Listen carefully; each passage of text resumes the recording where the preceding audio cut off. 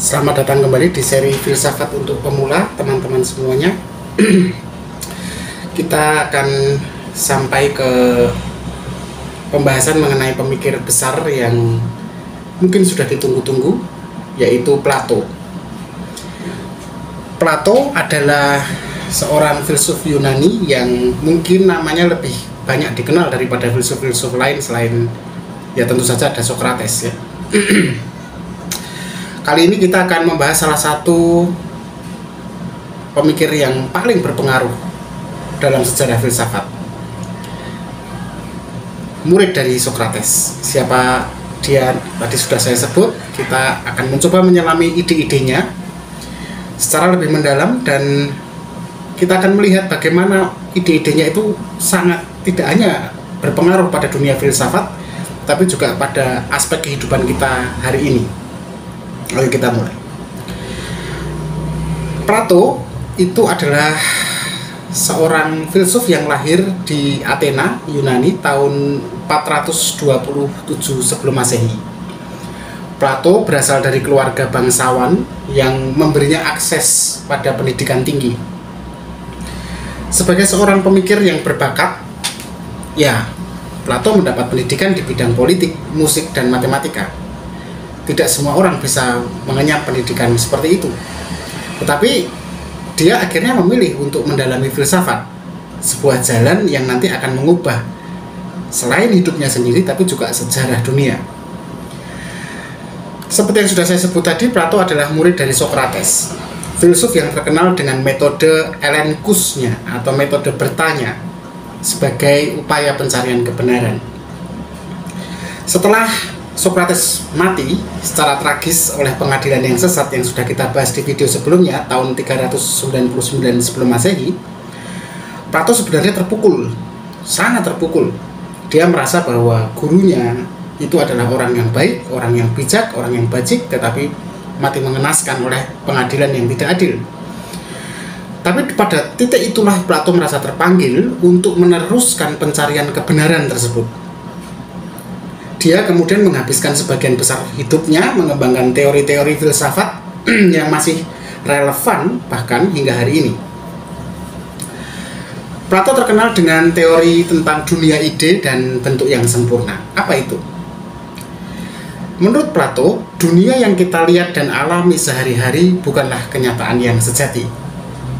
Dunia yang kita huni ini adalah dunia yang penuh dengan bayangan, ilusi, salinan dari dunia yang lebih tinggi, yaitu dunia ide. Jadi apa yang kita lihat, apa yang kita rasakan, apa yang kita temukan, itu semua adalah bayangan saja dari dunia lain atau yang disebut sebagai dunia ide. Dalam dunia ide, segala sesuatu memiliki bentuk yang sempurna, yang tidak bisa kita lihat dengan mata fisik kita, tetapi bisa kita pahami dengan akal dan pikiran. Sebagai contoh, ketika kita melihat sebuah meja, meja tersebut hanyalah bayangan dari bentuk meja yang sempurna atau kemejaan istilahnya. Dan itu adanya di dunia ide. Dunia yang tidak kita bisa lihat bahkan sentuh. Keindahan, kebijakan, kebajikan, dan keadilan, semuanya itu memiliki bentuk yang sempurna yang mungkin ada di dunia ini, tetapi kesempurnaan itu tidak bisa kita lihat, gitu ya. Dia ada di dunia ide. Plato berpendapat bahwa hanya dengan mempelajari dan memahami bentuk-bentuk yang sempurna melalui filsafat, kita baru bisa mendekati apa yang disebut sebagai kebenaran sejati. Dalam pandangan Plato, dunia material yang kita lihat hanyalah ilusi, dan segala sesuatu yang kita alami di dunia ini hanya salinan dari bentuk ideal yang ada di dunia ide. Selain tentang dunia ide, Plato juga punya teori mengenai negara yang ideal, negara yang sempurna, dan kemudian teori itu kemudian banyak dikenal hari ini di dalam filsafat politik. Selain teorinya tentang dunia ide, ya tentu saja teori karyanya yang berjudul Republik itu yang cukup terkenal, karena di situ dia akan membahas mengenai apa itu negara yang ideal. Dia menggambarkan negara ideal itu dipimpin oleh seorang filsuf raja. Jadi pemimpin itu adalah seorang filsuf. Itu dalam gagasan atau keyakinan Plato. Bagi dia, hanya orang-orang yang memiliki pemahaman yang mendalam tentang kebenaran dan keadilan yang pantas memimpin negara. Plato kemudian membagi masyarakat ideal itu menjadi 3 kelas utama. Pertama, kelas para penguasa atau filsuf raja yang bijaksana. Kemudian tentu saja ini kelas ini nih harus orang-orang berisi orang-orang yang memang memahami sungguh prinsip-prinsip kebenaran dan keadilan. Maka dia orang-orang atau filsuf yang memang hidupnya dekat dengan dunia ide. Kemudian lapis kedua adalah para penjaga atau prajurit yang melindungi negara. Kemudian lapis yang paling bawah adalah para produsen, para pekerja, pengrajin yang kemudian menyediakan kebutuhan material bagi masyarakat. Plato mengajarkan bahwa negara yang adil dan baik hanya bisa terwujud jika ketiga kelas yang dalam struktur kenegaraan ini bekerja sesuai dengan tugas dan kemampuan masing-masing. Para penguasa harus bijak dan memimpin dengan kebijaksanaan. Oke, jadi masing-masing harus punya tanggung jawabnya masing-masing, tidak boleh saling tercampur tuh. Kalau pemimpin ya dia harus memimpin dengan bijaksana, dia sibuk dengan kepemimpinannya. Kemudian para penjaga juga tidak berusaha memimpin, tidak berusaha juga berbisnis, dia ya tugasnya harus berani dan melindungi negara. Sementara yang bagian ketiga adalah para produsen, para pedagang, para pengrajin, yang mereka harus bekerja keras untuk memenuhi kebutuhan hidup ekonomi masyarakat dan materialnya, para petani gitu. Tidak boleh nih saling melompat nih. Seorang pengusaha harus jadi pemimpin, itu nggak bisa. Dalam gagasan Plato itu kacau balau nanti. Maka 3 lapisan ini harus tetap ada.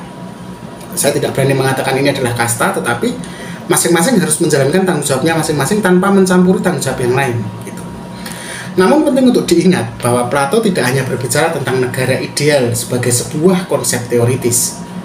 Plato juga memberikan pemikirannya mengenai bagaimana pendidikan dengan 3 lapis ini tadi kemudian bisa tergambar tuh pendidikan semacam apa yang dibutuhkan, yaitu pendidikan yang bisa mengembangkan individu yang bijaksana yang akan membawa masyarakat pada kemajuan dan keadilan. Artinya kalau dalam konsep pemikiran Plato, pendidikannya adalah pendidikan yang lapis bawah ya berisi orang-orang yang hanya bisa berpikir sampai di lapis bawah itu. Kemudian kalau dia punya keberanian maka dia di lapis kedua. Tapi kalau dia kemudian punya kebijaksanaan, dia baru bisa di lapis ketiga. Tidak semua orang harus berpendidikan tinggi sampai ke lapis ketiga. Nah, warisan Plato itu sangat mendalam dan luas bagi kita hari ini. Selain menjadi pendiri akademia di Athena, karena Plato mendirikan sebuah semacam lembaga pendidikan yang pertama di dunia ya, yang dia sebut sebagai akademia di Athena, sekolah filsafat pertama di dunia barat.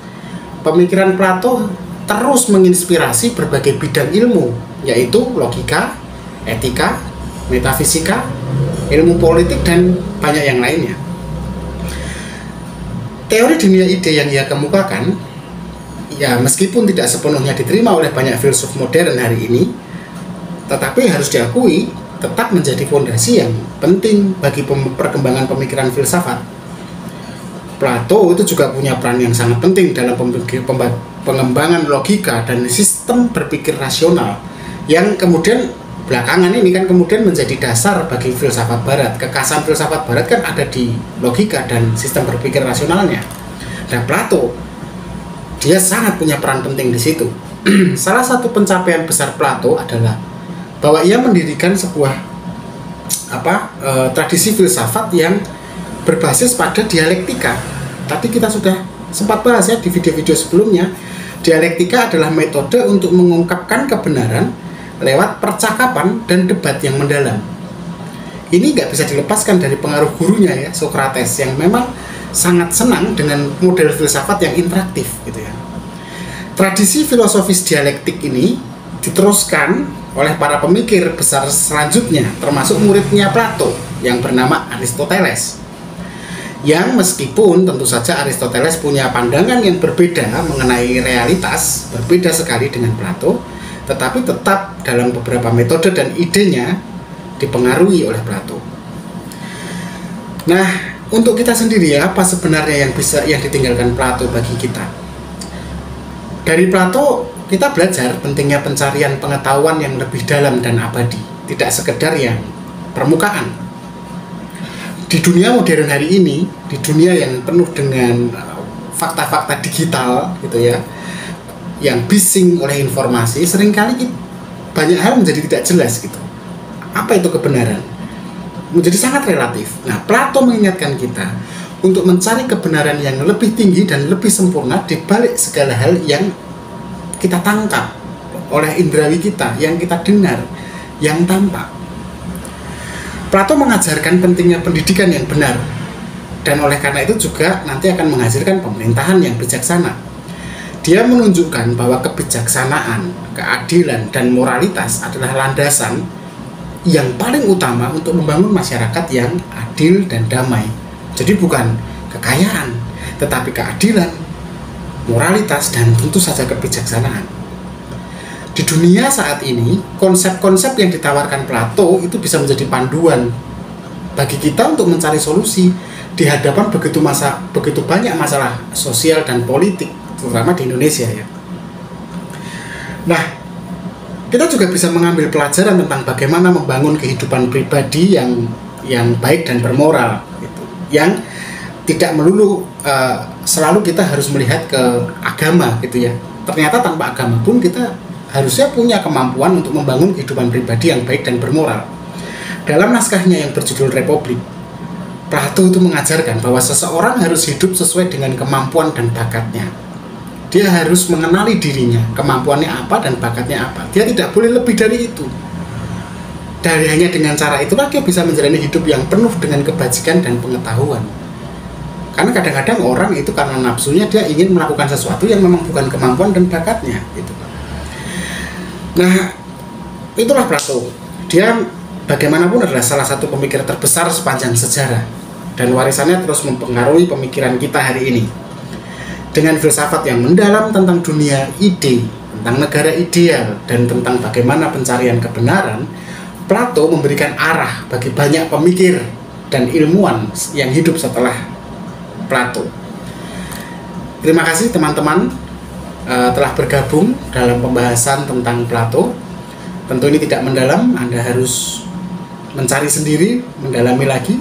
Jangan lupa untuk terus menggali pengetahuan, tetap berpikir kritis, dan mencari kebenaran yang lebih tinggi. Sampai jumpa di pembahasan berikutnya, di mana kita akan melanjutkan perjalanan filsafat kita dengan pemikir-pemikir besar lainnya. Selamat berpikir kritis.